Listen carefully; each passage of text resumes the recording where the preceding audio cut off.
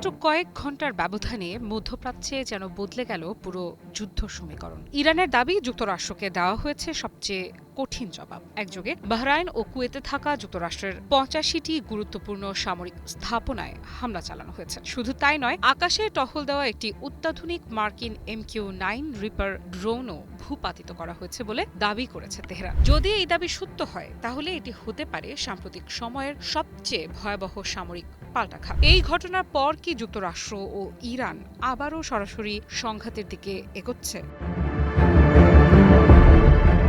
ইরানের Islamic revolutionary guard crops বা IRGC সম্প্রতি এক বিবৃতিতে জানায়, তাদের নৌ ও মহাকাশ বাহিনী যৌথভাবে বাহরাইন ও কুয়েতে যুক্তরাষ্ট্রের একাধিক কৌশলগত সামরিক স্থাপনায় হামলা চালিয়েছে। IRGCর দাবি, এই অভিযানের লক্ষ্য ছিল বাহরাইনের সালমান বন্দর, যুক্তরাষ্ট্রের পঞ্চম নৌবহরের কার্যক্রম পরিচালিত সামুদ্রিক এলাকা এবং কুয়েতের আলী আল সালেম বিমান ঘাঁটির গুরুত্বপূর্ণ সামরিক অবকাঠামো। বিবৃতিতে আরও বলা হয়, হামলার সময় যুক্তরাষ্ট্রের একটি MQ-9 রিপার ড্রোন অভিযানে বাধা দেওয়ার চেষ্টা করলে সেটিকেও লক্ষ্যবস্তু করা হয়। IRGCর দাবি, ড্রোনটি সফলভাবে ভূপাতিত করা হয়েছে, যদিও এ বিষয়ে এখনো পর্যন্ত যুক্তরাষ্ট্র কোনো আনুষ্ঠানিক বক্তব্য দেয়নি।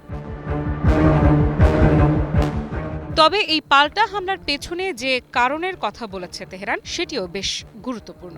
IRGCর অভিযোগ, এর আগে যুক্তরাষ্ট্র ইরানের হরমুজগান ও মাহশাহর অঞ্চলের উপকূলীয় ঘাঁটি সহ ৮০টিরও বেশি সামরিক ও বেসামরিক স্থাপনায় বিমান হামলা চালিয়েছে। তাদের দাবি, এই হামলা যুদ্ধবিরতি এবং দুই দেশের মধ্যে স্বাক্ষরিত ইসলামাবাদ সমঝোতা স্মারকের সুস্পষ্ট লঙ্ঘন।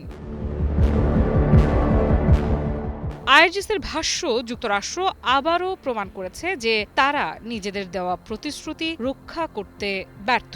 তাদের অভিযোগ, কূটনৈতিক সমঝোতার আড়ালে সামরিক চাপ অব্যাহত রেখেই ওয়াশিংটন পরিস্থিতিকে আরও অস্থিতিশীল করে তুলছে। আর সেই কারণেই যুক্তরাষ্ট্রকে শক্ত জবাব দেওয়া হয়েছে।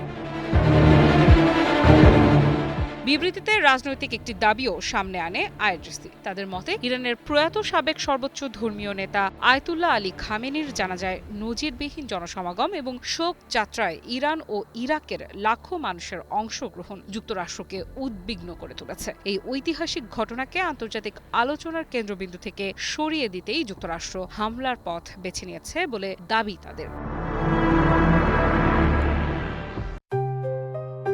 JBS holdings limited.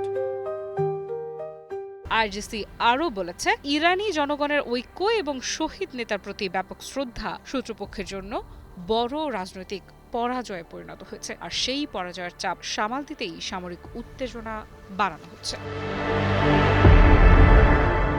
Afrida Ifra, news 24।